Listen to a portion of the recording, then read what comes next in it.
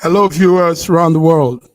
You are welcome to yet another edition of our program, our Monday Starters. It's a lively update conversation program called Between the Lines. And I'm here, McGodwin Iwe joined Milan, Italy. Joining me also from Lagos, Nigeria is Ogbeni Raji Rasaki. Raji Olalayinka. How are you, Ogbeni Raji? Good I evening, remember the Mark. governor of Lagos State. Yeah, good evening, Mark. And good evening, viewers around the world. Welcome to our Monday program. Yes, welcome, Raji.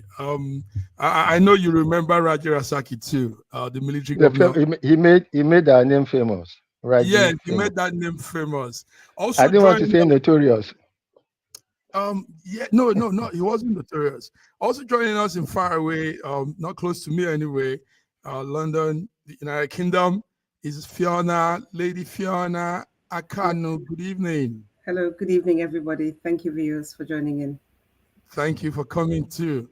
Um, Good evening, uh, Fiona. gen- Good evening, Sarah. gentlemen, Yes, sir. Raji and Fiona, like you know, this is our program, our Monday starters, week starters, where we give these lively updates, we converse with ourselves, and we refresh the minds of our viewers that are scattered around the world. So we are on to Between the Lines, and it's 6th of May, 2024. 6th of May is bank holiday for some countries in Europe. But Nigeria and some other countries had their Labor Day on the 1st of May. Yes, yes. Fiona, how are you enjoying the bank holiday? We see you look fresh. Slept so well. Well, it's just an opportunity to relax and spend time with family and friends and just get ready for the week, really. So, yeah, Get ready for the week. So tomorrow you hit the road. Boom. sure, sure. Ah, for sure. Okay, somebody hitting the road for us, gentlemen. We are going to do something today. What we're doing is we're going to discuss the issues. There are news updates, but I want us to go deeper in looking at all angles of each of those updates. So somebody that is hitting the road now as president is former Vice President Atiku Abubakar. Atiku Abubakar has become a whistleblower. Uh, Somehow, he's also giving out some, because it takes a thief to catch a thief. Is that not so, Raji? Well, more or less. More or less. Okay. Anyway, Atiku Abubakar has said that awarding that contract of the Lagos-Calabar Coastal Way was done in a rush. And he says demolishing some businesses also for that construction of that road doesn't send a good signal to investors into our country, into Nigeria. Now, the first word we're taking note of is the contract was done in a rush. It was given out in a rush. Now, he broke it down. And what he said is, like you all know, Raji, like you know too, a company owned by Gilbert Shaguri. Gilbert Shaguri is the parent firm, the parent company that is handling the contract for that coastal road. And now Gilbert Shaguri has the son of the president, the sitting president, Bola Ahmed Tinubu's son, Sheyi Tinubu, as one of the board members of the company of Gilbert Shaguri. And take note that normally, viewers, those of you watching, normally when there is a project, what they do is they bring bidding, they bring different investors, different contractors, and everybody gives out their bidding, their, estimation, da da da da. But in this case, it's not done so. So let me start with Fiona. Fiona, the road from Calabar to Lagos to Calabar, and what Atiku is telling us. Right. So I don't think that what Atiku is expressing is something that is particularly foreign to majority of Nigerians. So what he's saying does not sound particularly strange. I think with any contract anywhere in the world, there should be some kind of tender process. even if the tender is not open, at least we should start to understand the major players in the tender at a certain point. So the fact that this has all happened in breakneck speed is obviously something for us to shine a torch on. Of course, we know that over the years, this is a project that has been kind of been in the making for many, many years. So the argument could be that, well, this is something that's been agreed a long time ago. So we just decided rather than to talk, we'll be doing it. The other thing that we need to shine a light upon is this Sheyi Tinubu's latest position within this firm. Really, it kind of stinks. So if we're just looking at it on the on the merits of the case, etc., it sounds and it looks a bit not very straightforward that the current president's son would be on the board. It just all of it just kind of it just feels a bit uncomfortable. Even for any people that are looking to invest in Nigeria, I think I've said it and I've said it time and time again that I don't know what it will look like for somebody to junk $140 million project to make way for this what is, I understand, a 15 trillion naira project. We haven't seen, we don't understand the cost. We don't know what the markers are. We don't know anything about the smart things that have been put in place. We don't know how it's going to be measured. We don't know anything. We just know that 15 trillion naira is going to go down the drain somewhere, and we have no understanding of what's going on. So of course, this is something that should be concerning every single Nigerian without exception. Something that should be concerning every single Nigerian without exception. And without exception, we have our man, George Chuku from Toronto, Canada. George, can you hear us? We see you in the car. Yes, I can. Can you hear me? Yeah, we can hear you. Good. You're welcome, George. I heard your discussion concerning the situation happening in Nigeria with the Lagos-Calabar road. Yes, George. Yes. That's it. We started by saying we have a new whistleblower in town. And I asked Raji, I said, it takes a thief to catch a thief, He's a thief that knows how the other thieves cooperate. So, and Raji said, yes, somehow.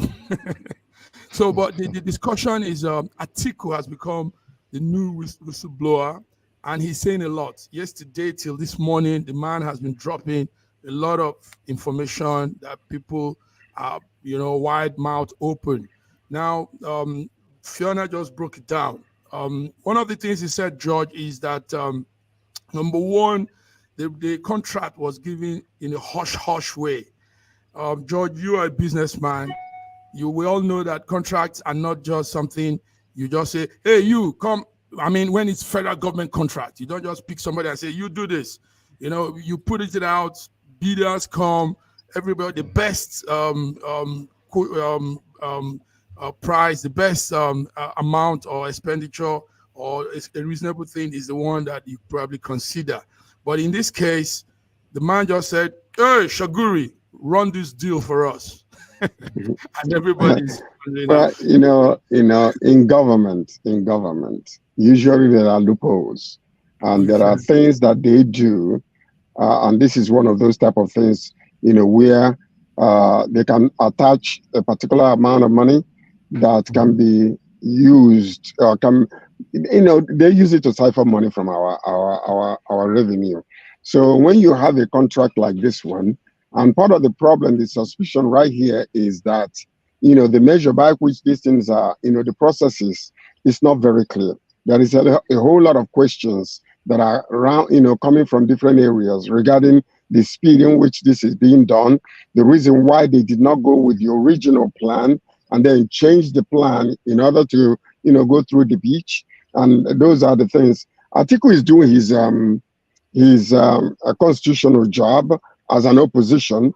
It takes a thief to catch a thief, but in this particular situation, they all know how they kill and how they chop, and that's exactly what this is. Because from the way you're seeing what is our 15 trillion naira is being budgeted for this one. Another one is also forthcoming. When you see all of these happening simultaneously, these are the ways where trillions upon trillions of naira will be siphoned out of our revenue, out of our pockets, without even knowing it. So, there are ways of them doing this. And when they use a project like this, that's one of those ways. You saw Omar, he came out last week and started talking nonsense and couldn't even answer questions when one of the ladies. Yeah, Joy, we'll come to that. Yeah. Let me come to Raji. Raji, one of the things he said is also, and I wish we could also get Atiku on this platform. Raji, if you can do that, it won't be a bad idea. Let's hear him directly. He can come to this platform and tell Nigerians in diaspora what he's saying out there. Raji, he said Tinubu's son sits on the board of Gilbert Shaguri's construction company. Now that board selection was done last month, like we all saw. Sheyi Tinubu was announced as a board member. Raji, what do you think is playing out from your own perspective? I like how you say things. Go ahead. I've always said that this award was a Padi award. Yeah, so now it is the time for Shaguri and Tinubu have always been in business. They are in business together. That's how Shaguri took over Eko Hotels, which originally belonged to Lagos State, and they are in charge of Eko Atlantic, which is also a humongous practice. Now, coming to Sheyi being on the board of Shaguri, it clearly shows a conflict of interest. If you are, as a president, you are awarding a contract to a company which involves your son, then there's something you are not telling the people. But apart from that, the more galling of the whole process is that a government has budgeted 15 trillion naira for a coastal road. And I have a few questions. Must it be a coastal? Because if it's a coastal road, you are passing it through the coast. And most times along the coast, you hardly have too many dense population. Okay. Then this is going to pass through mangroves. By the time you leave Lagos State, you are going to mangroves, which all these areas are sparsely populated. But then look at the humongous amount of money that is being used to build a road, whether it's a coastal road or a heavenly road. It is a road. It doesn't add to anything. It doesn't add to anything. All right, yes. Let's bring in our wonderful coordinator from. It's been long we heard from her. Nyema Benson, how are you? You're welcome to Between the Lines. Thank you so much. Good evening, viewers, and welcome to In Between the Lines. Thank you so much. Long time no see. Yes, long time no see indeed. Welcome back. You know, you're doing your thing there, your school, your teaching, and all you're doing. Anyway, but we also know you're following up what's happening in our country, Nigeria. And we also would like to hear some updates from Turkey. Some things happened during the week from Turkey. So, gentlemen, let's come back to more discussion. That's it. That's the sad thing going on. Like I said, maybe we could get Atiku to come tell Nigerians in diaspora more of this. Sorry, can I just interject something? Oh, go ahead. One thing that Sir Raji is always mentioning is this 15 trillion naira, and it is actually very galling because, not in a bad way, but I've traveled by road in Nigeria recently. And to be quite honest, I think that 15 trillion naira would be better placed fixing the current infrastructure we have as roads than creating a whole brand new road when we have a perfectly capable road of taking people from Lagos to Calabar. That's just my feeling, that instead of investing this money in a brand new road, why can we not make all the roads in Nigeria currently fit for purpose? To add to that, I think, sorry, Mark, I think what is going to happen is that that's why they had to start from Lagos. Is that they'll just fix the Lagos end of it, because after the Lagos end, there's hardly any traffic on that road. Crazy. On the existing road as we have it today, 90% of the traffic is on the Lagos side. It's on the Lagos side. From Lagos to on the current road that we have. If you travel on that road, it is scanty. By the time you leave the old western region, you cross Asaba. You know that. There's hardly and a lot of there's hardly any traffic. And a lot of the traffic and a lot of that traffic is actually caused by the bad roads. So actually, yes. So the traffic that we're even finding is the bad roads that's causing it. It's not even as though it's that's slowing down traffic. Yeah. Thank you, Raji. Thank you, Fiona. Fiona, that pivotal point you gave out was real strong. Why not use the money, this whole 15 trillion, to amend or repair these damaged bad roads? I mean, we saw the other one where the trailer got stuck in the muddy water. And do you want to know the reason why that is not being done? That's a trunk B road. That's yes. a trunk B road. Do you know the reason? Do you know the reason why that is not being done? But you got to understand the modus operandi of this government and the rest and the past governments. The reason why it's not being done is you can feasibly see the roads being fixed and money being spent, and eventually what will happen is that tactics and the strategy that they have to impoverish the nation and make sure that everybody is at a dire beggarly mentality and beggarly state will not, you will not give them the kind of money that they want. They can't steal from there, because you will see the money being spent on different parts of the country, different roads, creating jobs, but they don't want to do that. But to get a budget 15 trillion naira on this particular road that is, that's not going to be even, I can guarantee you, like what Raji just said, once they finish that part of a Yoruba land portion, that will be the end of it. But that money has already been budgeted for this. And it is not like, when it is budgeted, that money will be taken out of the account. Sometimes, they might even just take that whole money and say that it's being paid to the contractors. And that money is not being paid to anybody, because there is under the table type of situation that is happening. That is our country there. So that's why the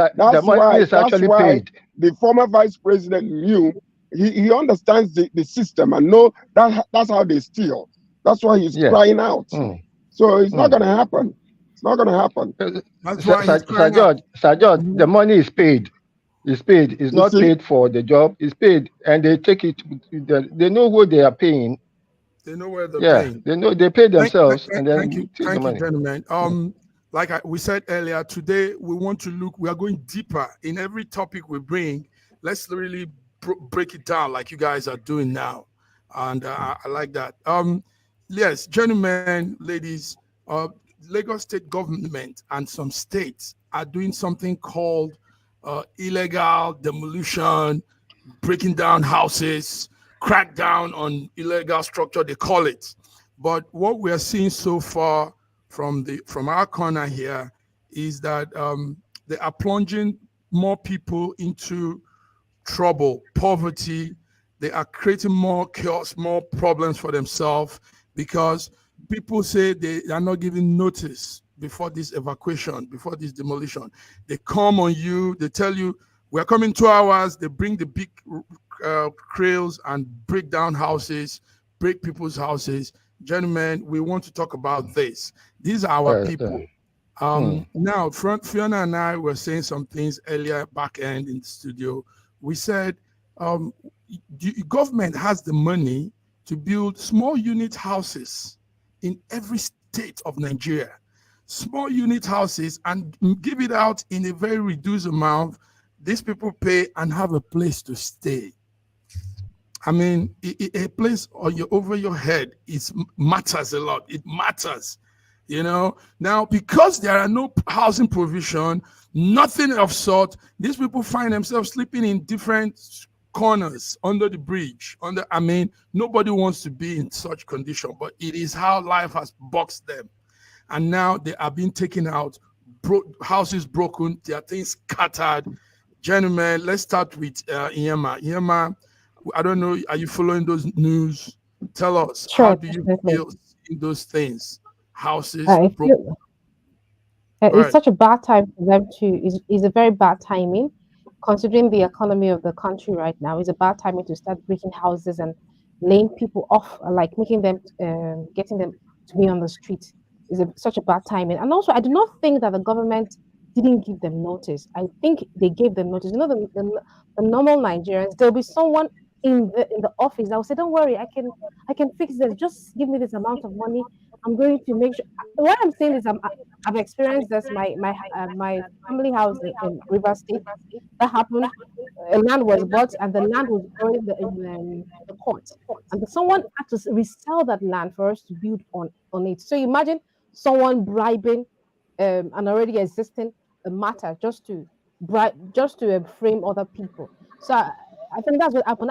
I think there should be a ministry that should be able to check these things, not to give out land.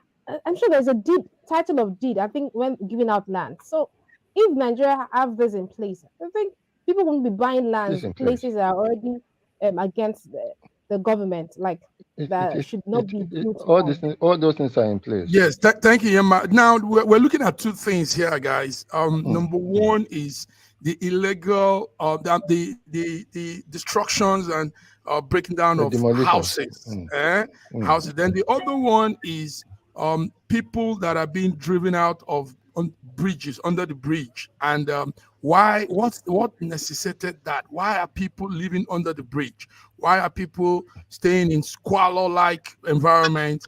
Why are people going through this? And these are citizens of a country. So, Fiona, let's hear you too. Tell us. That's a picture of people carrying out, trying to take their things under the bridge.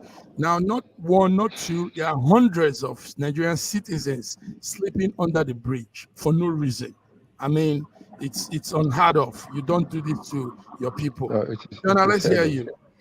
I mean, first of all, my heart really goes out to anybody that's been affected by this current spate of, homes being destroyed for many reasons. I mean, obviously, when you start creating a shanty town within a city, obviously that's a very concerning situation.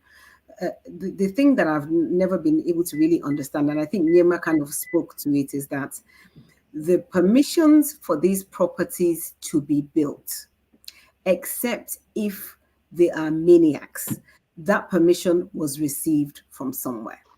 What needs to happen is that the chain of action that has happened all the way from the purchase of the land to the house being built is what needs to be investigated. Because if there are people purporting to be in government, etc., who are giving people permission to build in places that they are not supposed to build in, they are the ones that should be being held to account. They are the ones that should be facing the full extent of the law, not people who have just innocently rented apartments, built, etc. So that's kind of my first view on this particular issue. Secondly, I will never be an advocate that people build houses on floodplains or places where it's going to create a problem with drainage, so we have floods everywhere. Absolutely, categorically, I wouldn't be somebody that would want to align with that kind of thinking.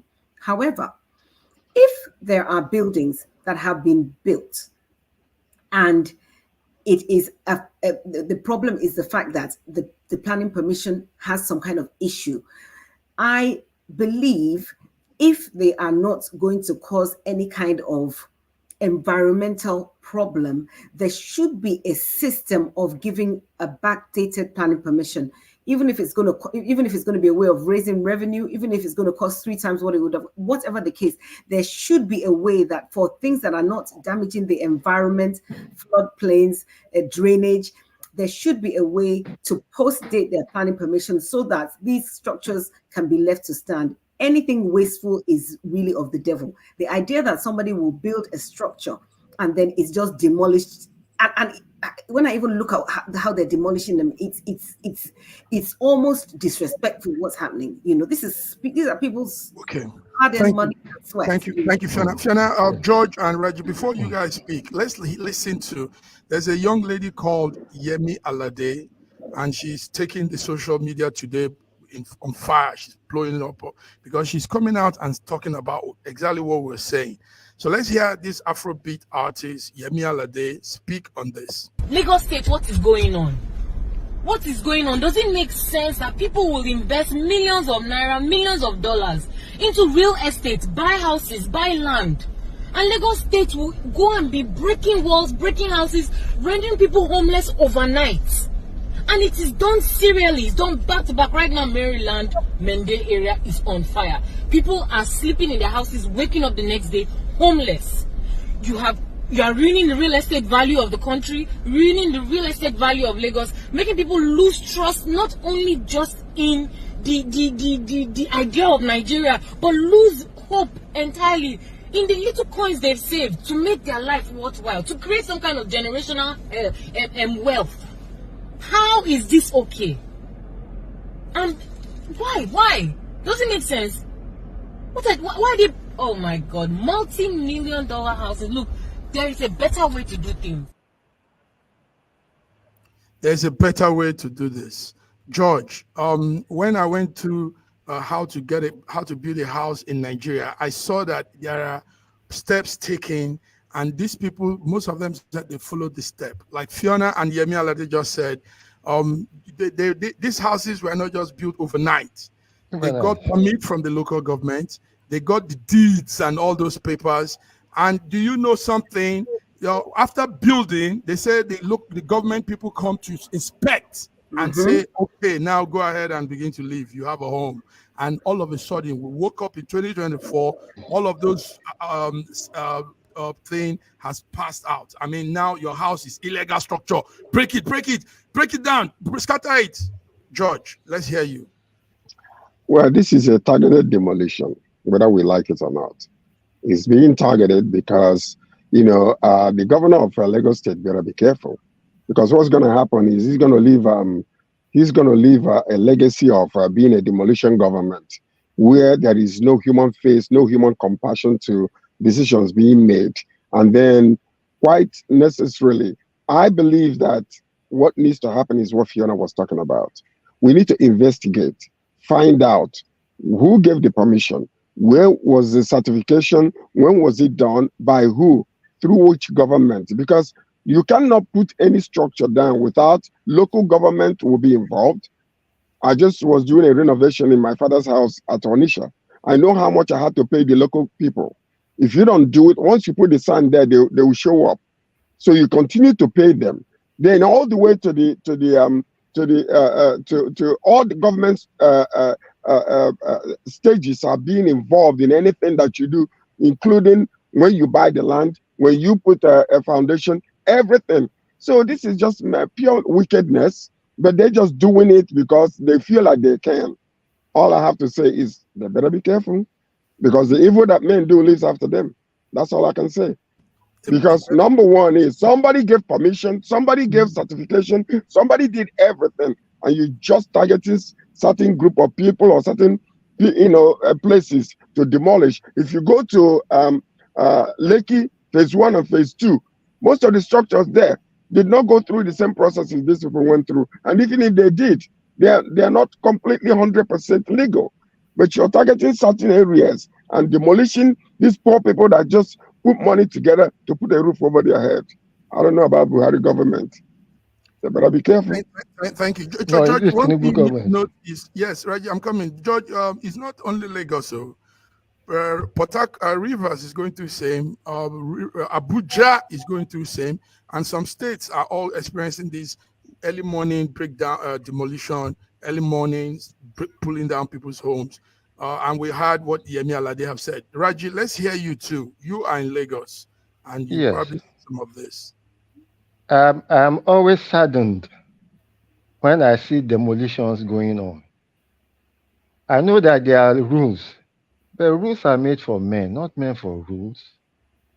And there's nothing that it should be so sacrosanct as that.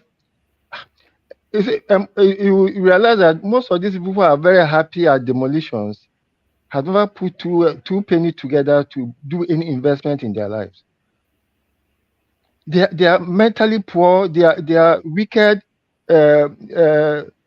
beasts that take joy. If you see what is going on so many social media about the support for these demolitions, now ask them, I agree that they might have been given notice. And I align with what Sir George and Sister F.N.A have said. Before you put one block on top of the other, there are processes you have to go through. You can't just move onto one land and start building without the local authority being aware of every stage.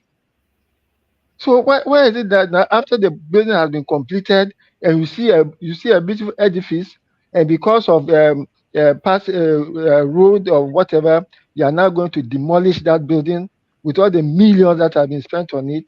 It is insane. It is devilish. It is pure wickedness. It is insane. It is insane. Something. Okay. Now, Yema, the commissioner for environment and waters in Lagos State, they call him Tokunbo Wahib, reacted to what the people were saying. People were saying a lot. He said that number one is that a lot of those buildings are illegal structures. Number one. He said number two, that they gave out notice before those buildings were taken down. But we are hearing otherwise from most of the occupants of those buildings. Nyama, tell us, will this happen in a sane country? Raji just talked about insanity. I mean, wickedness of man. Will this happen in Turkey? Will you wake up one morning and say, we're taking down this home, get out? Tell us. It definitely will. It cannot happen in Turkey. Definitely. So what are the processes to that? How does it happen in the modern, in a civilized society? In Turkey, before something like that would happen, the government should have given an alternative, like another houses where these people move in. I remember when the earthquake happened. I know what the government did. Like, they made sure they gave them houses. They were displaced people. They were displaced from their homes through natural disaster. They gave them houses. So it will never happen in Turkey. I can even see where people were moved from under the bridge. Yes, and they were arresting them. Like, well, these are homeless people. You're arresting them for what exactly? Did they come to steal? Every country has homeless people. I know in Turkey, homeless people are being paid monthly. So, like, they're paid because they are homeless. But in Nigeria, in my dear country, they're arresting homeless people for being homeless. I mean, it can never happen here. I really sympathize with people. Like, I felt bad. And there were children watching their parents being molested for being poor. Like, it's going to live with them for a long time. For them to say, I was living, like, no. Like, my heart was broken. Seriously, my heart was broken to say that. Why are you arresting these people, for God's sake? What did they do for being homeless? Everything is, of course, are not equal. Everybody cannot be rich. I think the government, it cannot happen in the same country. It cannot happen in the same country. Gentlemen, we all stand together and condemn this whole thing. If structures are illegal, let it be done properly.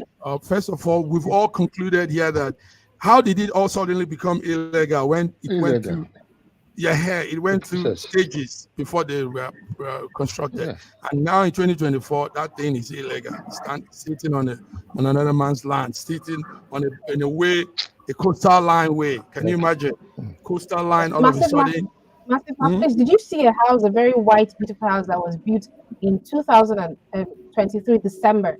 The man said he got the deeds of assignment, everything from the government. The land was surveyed, and that was, he said he has saved this money for a long time to make a home, and just of recent the house was being demolished. How would this man feel? How, like, when will he start again to save for something like that? Like, it is pure wickedness. Pure wickedness. I saw the video. The man, pure wickedness. Very, very. Okay. I'm sorry. Heartless. Can I just say something? And the thing is that we don't have any pastoral care in Nigeria. I can't see how there's going to be any kind of support for the mental health of people that are going through this trauma. Wow. This is trauma. I mean, what they're doing to people, I didn't even realize they were arresting them. In this country, if you leave your dog outside, you can get in trouble. But if in Nigeria, life, I always say it, life doesn't really have meaning and value in Nigeria. I think that's just what underpins all this kind of nasty behavior. Thank you, Fiona. You guys are making it sound it's getting emotional hearing how it sounds, you know. Raji, if Wahab can be on this program, we'd like to hear him talk to Nigerians in diaspora, the Commissioner of Environment and Water Resources. I know you probably could put some strings there. We'll see about that. Tokumbo Wahab. Yes, let him come and tell that Nigerians in diaspora are really worried, seeing their families being treated like I mean, not even like what's that word? Asylum seekers. You know, it's worse. They are worse than asylum in their own countries. In their own country, you know, in your own father's land. I mean, where else? You know, George, listen to this. You see, this type of presidential political system that we have, we need to look into it seriously. That's number one. Number two, do not forget what happened in Niger. Don't forget what happened in some of these other countries. It is because of this type of situation where these people have the impetus and don't caring attitude in dealing with the nation, and then all of a sudden, a group of young people will just say, thus far no further, we're not going to take this anymore. Because this is exactly how it happens. Because you feel like you're becoming a demigod, you can do whatever because nobody can touch you. That's exactly how young people can rise up one day and take over the government. And we're here crying out, please, listen to the cry of the people. Please listen to the cry of the people. They're dying daily. They're crying over decisions being made without human compassion. They don't want to listen to this until tomorrow. Everybody will start crying, oh, what happened? These are the stages of where people can come to the place where they are so frustrated, and then all of a sudden a group of people will just come and say, if we die, we die. We're going to take over. So Nigeria better pay attention, because these things that are happening under this government is bringing people to the place of a point of no return, where one day something will happen in that nation. We don't want it to happen. The government, you better be careful. Put human face and human compassion on decisions you're making from state to state and the federal government as a whole. Because you guys have taken it so long ago, and we're just saying this. You're saying it. Sorry, Sir George. Thank you, George. I feel you. Sir George, I feel you. But I don't think it's ever going to happen in Nigeria. I think Nigeria's case is upside down. What caused the first coup? What caused the first coup in 1966? It's like smacking somebody's hands now, because from the first coup, the next coup the situation was worse. The next coup the situation was worse, and the government after every coup is worse than the previous. And the people are not doing anything. What caused rearrangement in Liberia was the price of a cup of rice. Price a cup of rice, and it changed the history of Liberia. Now we are buying fuel at 1,200 naira per liter, and nobody. And all of us are just sitting there and bearing it. There's something wrong with the mentality of Nigerians. It's terrible. This country is upside down. Ladies, let's look into more terrible situations now. On Friday, we missed out something here. Those of us that came, Friday actually was a World Press Day. Friday, the 3rd of May, World Press Day. Now, it's a United Nations Assembly that has declared that 3rd of May of every year to be the World Press Day. Now, I was called in during the week. Some press people from Nigeria added me to the program, and what we are all unitedly talking about is my network. Can you hear me? What we're all, yes, we can. Talking about is something very serious, and that is a call to action to address environmental pollution in Nigeria. Gentlemen, it is in our power, you guys in diaspora, we in this platform, to really ring this bell and shout, make the battle cry. They've destroyed our country. Oil producing companies, Ajip, Enel, Shell, and all of them, Halliburton, all those names, they've spoiled the south of Nigeria has been destroyed because of oil, because of crude oil. So we are all coming to talk about this. I got good information that Shell has ruined people's farms and fisheries. Locals want Shell to pay compensation before anything. Shell has destroyed people's farmland. The farmland of a lot of towns and villages, communities, regions in the south of Nigeria have been locked with oil, contaminating the crops, exposing people to high level of heavy metals like lead and mercury. Now, we need to talk about this. It's serious. George is really serious. Children are dying of kwashiorkor, no food, because their farmland has been destroyed. So this is a different situation again, entirely in Nigeria. And many people are not talking about this. They are getting away with it. The oil companies are getting away with this. And mind you, listen, guys, mind you, these oil companies are all European and Western companies. American. And they have ethics. They will have their working ethics. They don't do this in other places. You don't come to another man's country, even though you're coming to drill oil, you suck the ground and destroy the place and go. So let's talk about this. George, I want you to talk this too, because you're in Canada where they drill oil, and I know it's not like this. So let's talk. George, it is not. If there is any place that could actually be like what's happening in Nigeria, is in Canada, because what we have is oil sands. So which oil sands, which you have to dig bring the sand and separate the oil from the sand, but yet they have a system whereby there is no pollution. It is all being done, with environmental sensitivity to it. But in Nigeria is a place where, there is, even the government, we might have a constitution that actually is supposed to prevent these things from happening. And some of these countries, like you said, that is from the foreign land, they come into our country just the same way you saw what was happening when it comes to some of these flights that are taken up from Nigeria. They have the impetus to increase their own prices, regardless. We saw what happened recently because APs just came into the scene and was able to bring the price down. That's exactly the same thing that is happening in most of these other places. When they cry out, they will take the military and go there and wipe out thousands of people unnecessarily. But people are dying, but nobody is recording nothing. Nobody is complaining.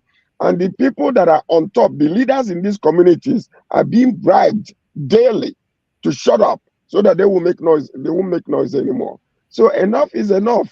All we are saying is let the government rise up and take charge and do what it's supposed to do. Instead of just demolishing houses and destroying places, our environment is being completely, messed up, and nobody's saying anything. They need to wake up. They need to wake up and put charge upon these companies that are coming into Nigeria, so that they can actually, have them to be the ones that will, pay for, cleaning up the environment. If you destroy their lands, they're not going to be able to. They're not going to be able to farm anymore. If you destroy their waters, fishery, and all those things that they use their water to, you can go there and get some fish. It's all going to be gone, and it is gone. It is gone. It is gone. Fiona, Fiona, you are from the south of Nigeria, and part of that part, your state is also this rich deposited state where you have the crude oil coming. Now, the information I got, Fiona, from many of your journalists, media people from that part of Nigeria, is they've destroyed the ecosystem. They've destroyed the farms. They've destroyed everything. People are exposed to high level of metals like chromium, lead, and mercury, and they are dying. Fiona, as a Nigerian from that part, and now you're here, what's your take on this? How do we start? How do we get this? So it is true that that these things are happening is not false. Some of these cases have actually been in court with some of these oil companies for years. I even know of some court cases that have actually been won in the region, and the sort of amounts we're talking about that have been scheduled for payout are huge. But I also know that that money is not going to get to the people, because I've been privy to conversations when people are discussing, I mean, we're talking real money. And I realize that even at the times where Nigerians are responsible, just like we were during the slave trade for selling our brethren, we're also partially responsible for this situation. And it's because of money. Because there are people that are receiving money, I don't care what anybody tells me, from these oil companies. The oil companies themselves also are making sure that the cases drag on and on and on. There was a ruling 2022, I think it was, here in England. People flew in for that. I know completely, they flew in. It was ruled in their favor, this, that, the other. I know the amount of money that was supposed to be disbursed. Until today, that money has not come. So, people are pushing, people are pushing for litigation. People are pushing because it's devastation that's happening there. But the truth of the matter is that even when that money comes, what will happen is that the people on ground, they'll get peanuts, and the big boys, the people that currently dredge oil, the people that currently bunker oil, are the ones that are still going to get that money in the end. Sorry, that's what's going to happen. That's what's going to happen. Thank you very much. It's devastation in a very large scale. Irma, you are also from an oil producing state, and it's all over, everywhere. Vast areas of all those places have been destroyed. The ecosystem have been destroyed. Pollution, environmental pollution, everything has been destroyed. How will you address this? If you were to begin to seek solution, well, how will you begin? Irma? I would say post-colonialism is just a political definition. It has not really ended. Like, it's not happening in Nigeria. There's nothing. I think we are still in the colonial era where the colonial masters are still doing what they do, like coming to they rip the land and take things, and they don't care about the people. They just take things. It's still happening in Nigeria. I'm from I'm based in Port Harcourt. That's where my family are based, and I know how it is. The air we breathe, there is very bad, very toxic. I remember after cleaning the house, as you're going in, coming out, you see dust, and that dust is not natural dust. That's from the oil and everything everyone has been affected. So yes, is that bad? Is that really bad, Massive Mark? I think we still have the government that are in charge of these things, are still taking money from these people. There are no laid down rules. There are no laid down rules for them to work on. You're breeding oil from this place. This is what you should do. Don't be careless about it. I remember last time where a plane was flying from, I don't know where it was flying from, to dig oil in a place, even when it was not allowed. So you can see that there are people in the government that are actually encouraging this. They are encouraging this. Thank you very much. Thank you, Raji. Yes. What we had also is that sustainable development cannot really move in Niger Delta because of all of this, because a lot of places have been destroyed. How do you? Yes. What's your take on that? Now, is it the devastation ongoing in the Niger Delta is probably because of our government. We have never had any government that is people-oriented. When Obasanjo was living in 1978, 79, there was a gas reinjection decree. By the time he came back, Nigeria was still flaring gas. Globally, Nigeria flares more than 50% of gas. Globally, because Nigeria is actually a gas island. We keep on, if you fly over the Niger Delta at night, you'll be confused whether it is day or night. It is government policy. And what the government has done in connivance with the oil companies is to destroy every Niger Delta personnel who has the confidence and the courage to stand up against the oppression. That's what they did to Ken Saro-Wiwa, and that's what they did to as many of them as they could not buy. They eliminated. If Niger Delta were not in a minority area, I don't think what is happening there could have happened. If oil had been discovered in the north, in that majority area of the north of the Hausa land, or in the west of Yoruba land, none of those nonsense going on would have happened, would have been allowed to happen. We cannot Thank you devastate very our much. land. It's because we are in the minority areas. All right, gentlemen, a few seconds, we'll be back. In a world where news flies around every minute, you need the ability to relate and connect with what matters and stay up to date. Schengen Story Media News Echoes is Africans in diaspora and back home leading English news network. One of the most respected and trusted sources for news updates on current affairs as it affects global Africa.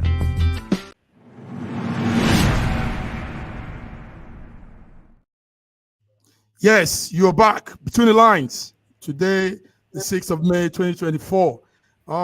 Guys, it's been Nigerian gist, because a lot is happening and there's still more to talk. We need to talk about this. This one adds up to the earlier discussion too.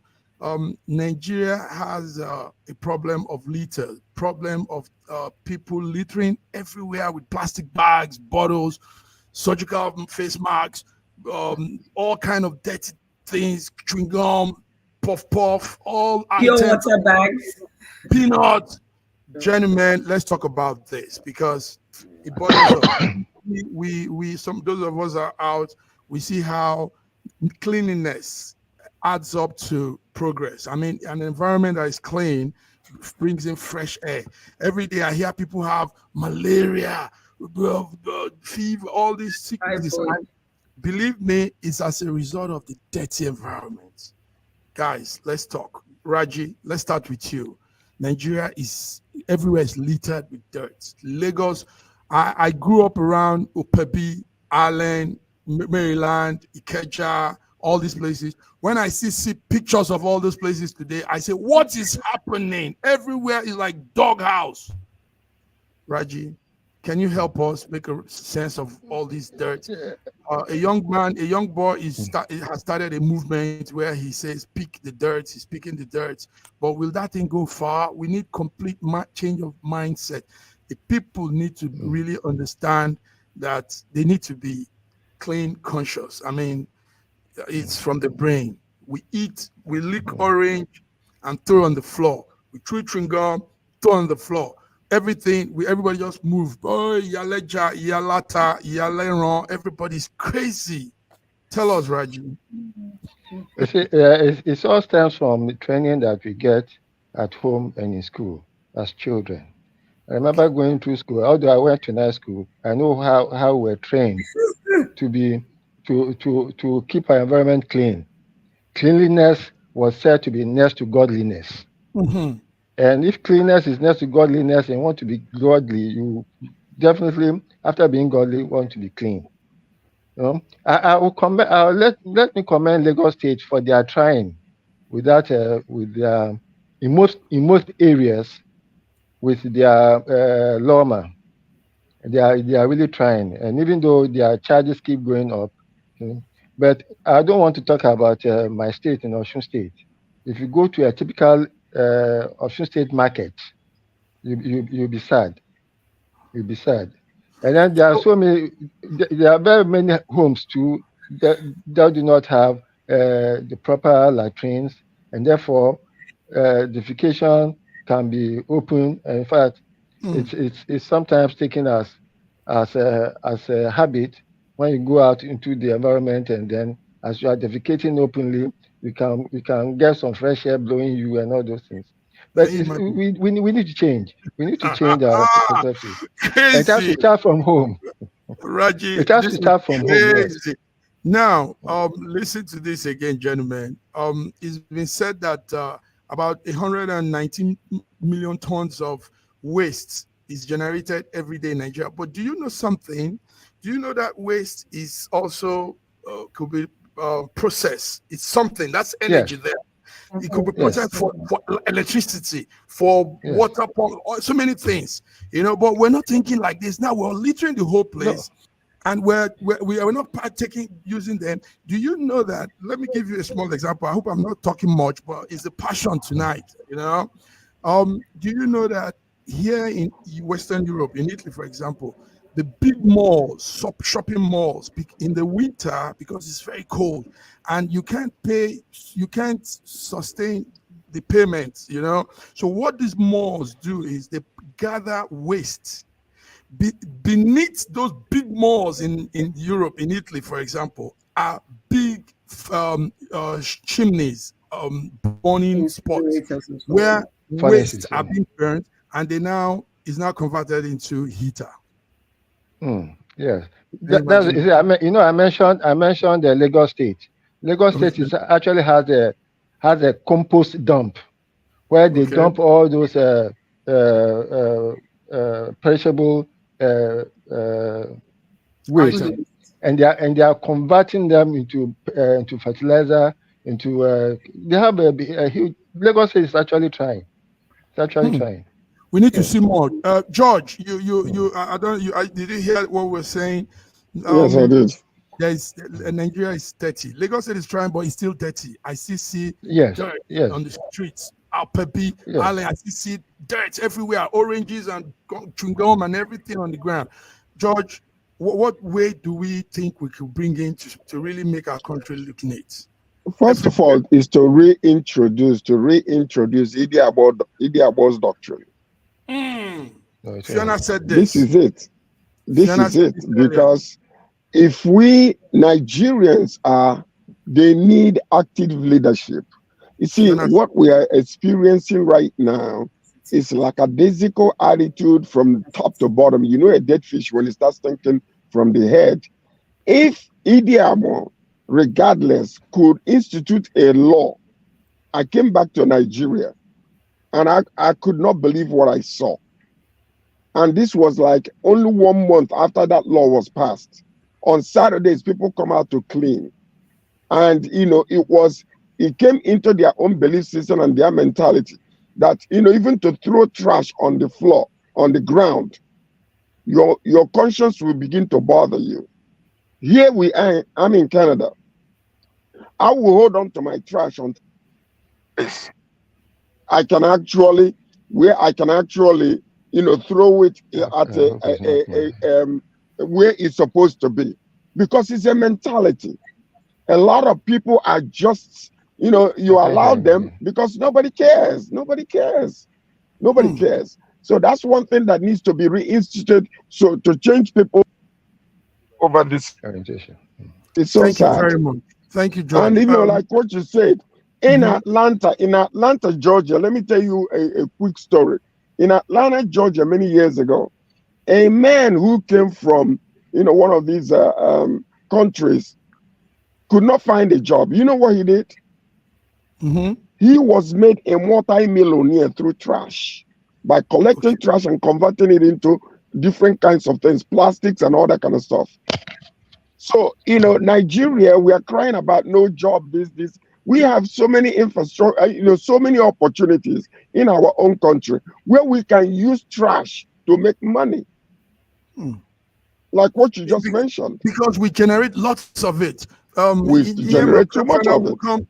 We'll come to you, Fiona, because I know you said a lot about this earlier with me. Iema, give us one solution to this thing. Trash everywhere. I know Port Harcourt, I said in Port Harcourt is worse. Port Harcourt is a beautiful city back in the days.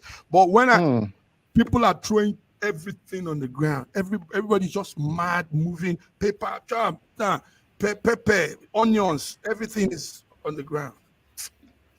Massive man, like you said, and every other person that said what was in my mind actually. One, that waste is business is actually money. That's one. And two, I would like to know what Donald Duke did in Cross River. I don't know if the Cross River I know before. Cross River was very neat. Everybody was so conscious of not throwing things, even spitting on the street. They were so conscious. What was that thing that he did? I don't know what he did. That's 2. And 3, I think I think yes, we should ask what they did, and also we should introduce this system where they say 1 trash you get 1 naira, 2 trash you get this. I think it really we cannot force humans are like people you cannot really force to behave a certain way. You have to introduce something like the way we are now. Things people need to be enticed. People need to be enticed because we've outgrown that stage where we want to learn. Like I'm a kindergarten teacher here. I see what they do. Their kids, the way they teach them from very young age to do certain things, even how to eat, even how to sit. Like they grow in them. I see a kid eating better than I do. Like the way they eat, they'll not litter the place. I'm like, how are they doing this? And I cannot do that. So it's something that they've inculcated in them from young age. So since Nigerians, it's going to be very difficult for us. I think one we introduce into us educational system from young age, and for those that are grown that stage, we should introduce money because that's what will entice Nigerians. If you have trash, put it here and take 1 naira. Put it here. People will be forced to take trash there, and by that we're not littering the environment, and that will be turned to money for like the generic. That's actually how they do. That's how they do in Germany. In Germany, when you return bottles, some items, you get something. You get cash. Nice. Yes, Master Mark, do you know that? I've joined business meetings where people were actually talking about waste in Lagos, how to come to Lagos and make money from waste. And what Turkish people here have joined that meetings. And we were thinking of how to to bring young people to make money in Lagos. So you can see that waste is actually a lot of money. And people are even thinking of coming to make that money there in Lagos. So I wonder why we are not seeing that in Nigeria. Though we are seeing, but I think our politicians are more interested in let's round up with you. Thank you very much, Emma. You put it well. Fiona, let's round up with you. You are a Lagos girl, I know. I don't know how you feel seeing some of the places you grew up and how everywhere is littered, you know. I mean, we can do better. So one of the scourges in Nigeria is this whole pure water thing. So it's the way people.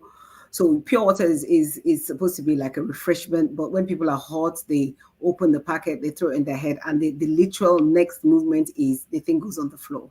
So I mean, I think together with the people that produce the water, they also need to have a responsibility for that particular kind of waste, because obviously that gets into the waterways, it affects the ecosystem, all that. I think that's the first thing. I think the second thing, I think speaking to what everybody has said, is that we have, I think, a 75% youth population. And out of that 75%, we've got a good number of people that are unemployed. If we can tap into the monetization of this waste, then I think that in itself will just create by osmosis a cleaner environment, you know. And I think thirdly, what Sir George said is that Nigerians don't respond well to people speaking to them kindly and really nicely and appealing to them. They don't understand all those things. They just like people to just treat them really badly for them to respond for some reason. Because what he said is true. You know, then nobody would dare cross the Ikorodu Road. Nobody, you know, people just wouldn't do it. And that was just the fear of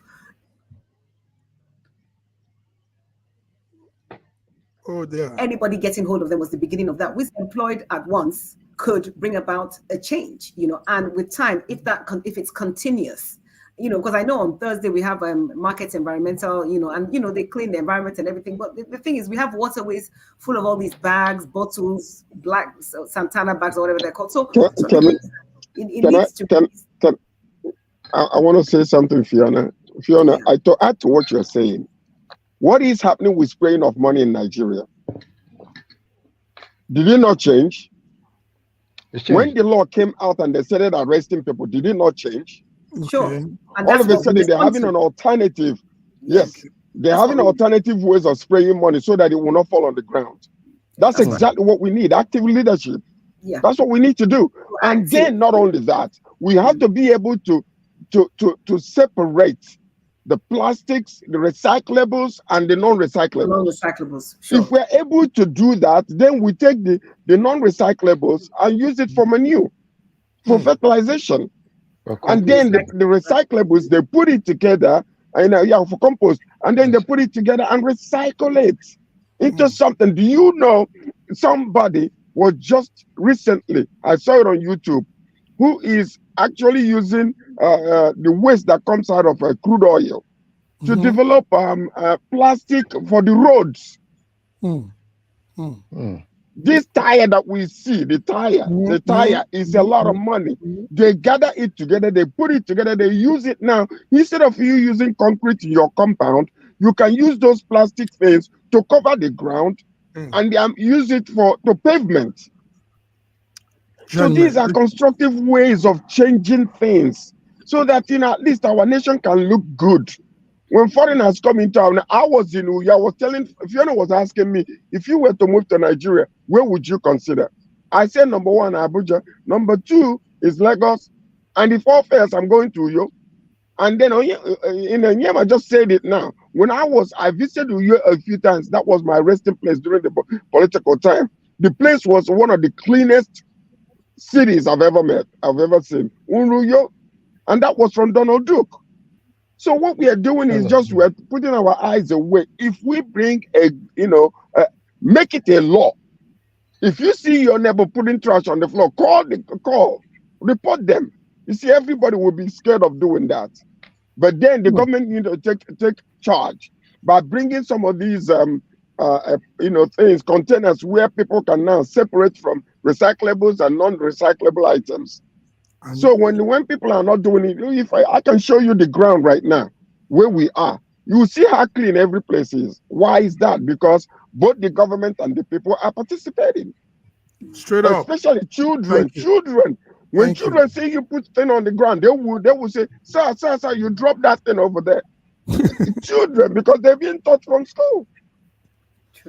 So like Yema said, the schools also, Nigerian schools should be teaching cleanliness, littering the ground and all this. It should be enforced. They should make it a syllabus, a part of what the students are taught.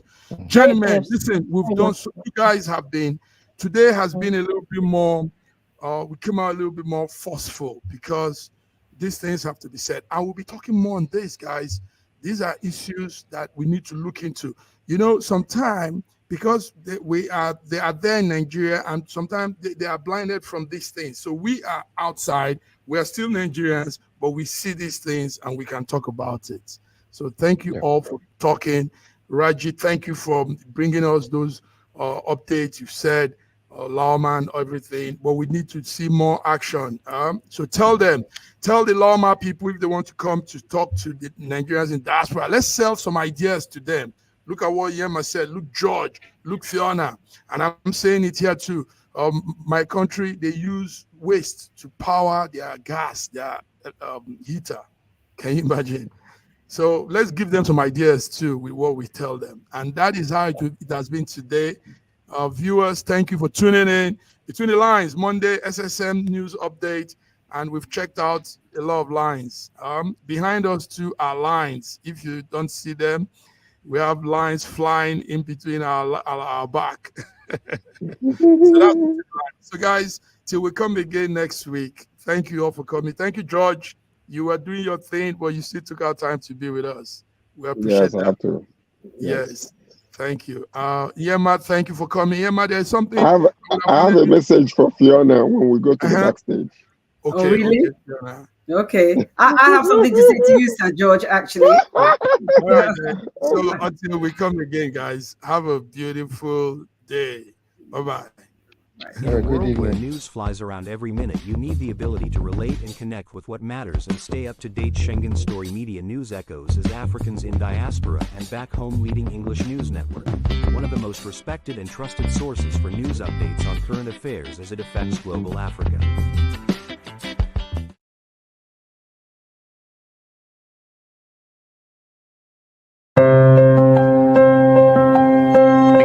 Guys who joined